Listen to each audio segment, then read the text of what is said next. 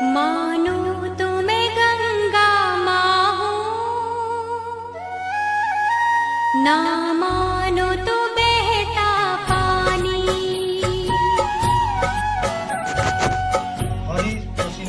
मानो तुम्हें गंगा माँ हो, ना मानो तो बहता। पूरन जी को मुबारकबाद देता हूं, बधाई देता हूं कि उन्होंने अपने परिवार के लिए परिवार को अहमियत दी और उनकी हेल्थ के लिए ये मशीन जो है अपने घर के लिए खरीदी और लोगों की भी दुआएं इनको मिलेंगी। आप लोग अगर ये पानी यूज करेंगे तो बहुत बहुत शुक्रिया आप लोगों ने यहाँ अपना वक्त दिया उसके लिए। जो